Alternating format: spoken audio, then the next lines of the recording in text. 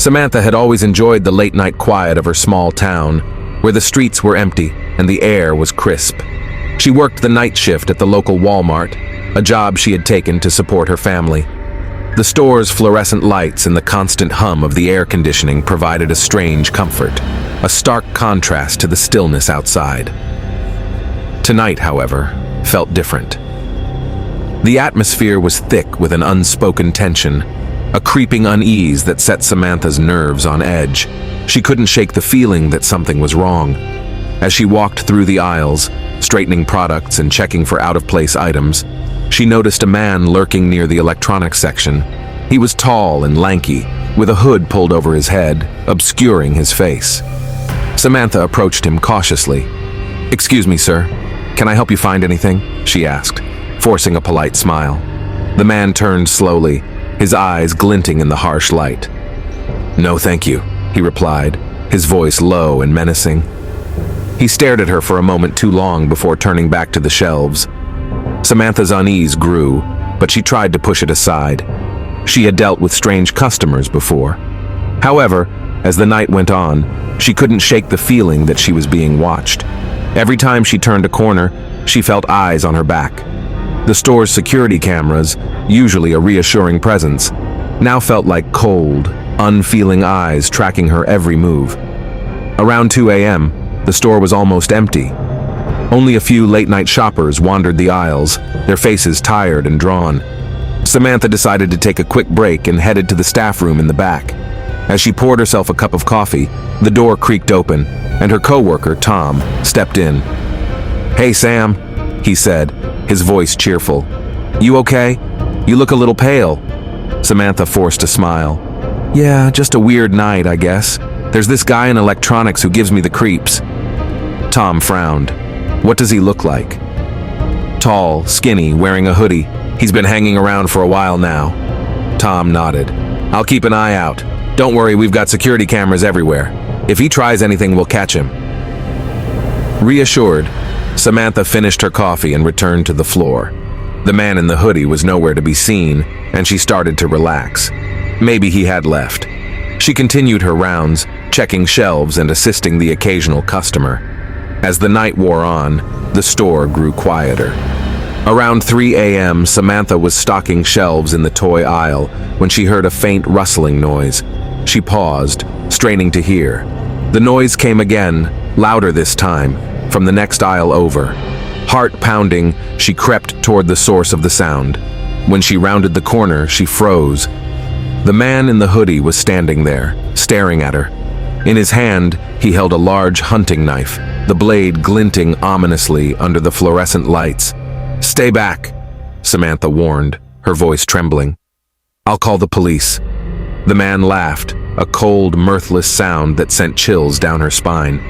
"You won't have time," he said, taking a step closer. Samantha turned and ran, her heart pounding in her chest. She could hear the man's footsteps behind her, growing closer with each passing second. She darted through the aisles, knocking over displays and scattering products in her wake. Desperation clawed at her mind as she searched for a place to hide. She spotted the employee-only door leading to the stockroom and sprinted toward it. Fumbling with her keycard, she managed to unlock the door and slip inside. She slammed it shut behind her and locked it, her breath coming in ragged gasps. She knew the door wouldn't hold for long, but it bought her a few precious moments. She grabbed her phone from her pocket and dialed 911. "Help! There's a man with a knife in Walmart. He's trying to kill me," she whispered urgently. The operator's calm voice was a stark contrast to the terror Samantha felt. "Stay on the line, ma'am. Police are on their way."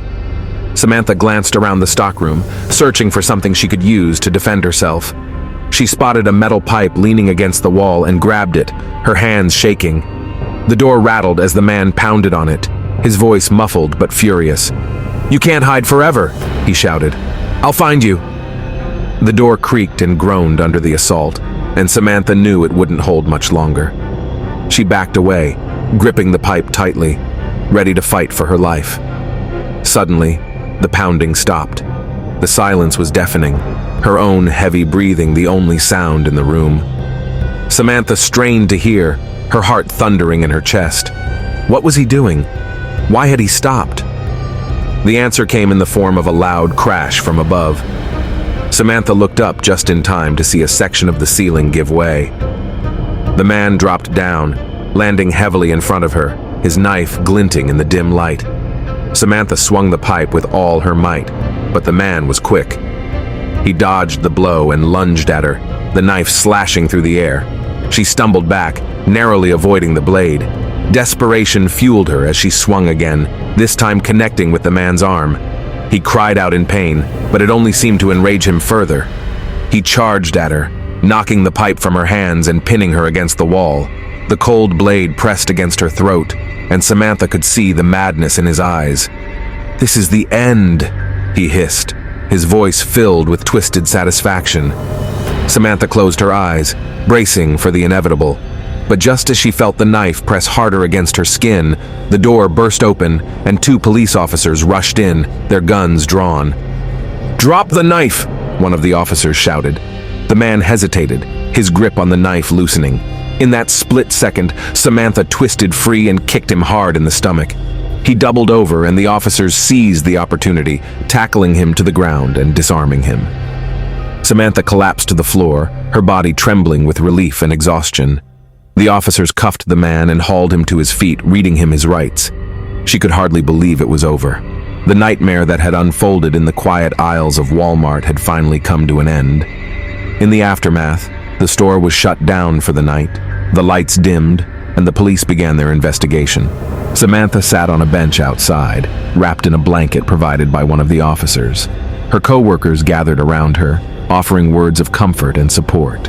Tom sat next to her, his expression serious. "You did good, Sam. You stayed strong." Samantha nodded, still in shock from the ordeal. I can't believe it happened. Here, of all places." "You're safe now," Tom reassured her. "That's what matters." As the sun began to rise, casting a pale light over the parking lot, Samantha knew her life would never be the same. The quiet comfort of her night shifts at Walmart had been shattered, replaced by the lingering fear of what had happened. But she also knew she had survived, and that was something she would hold on to. The store would reopen, and life would go on, but the memory of that night would stay with her forever. The man in the hoodie had brought terror to the aisles of Walmart, but he hadn't taken her spirit. Samantha was a survivor, and she would face whatever came next with the same strength and determination that had seen her through the darkest night of her life.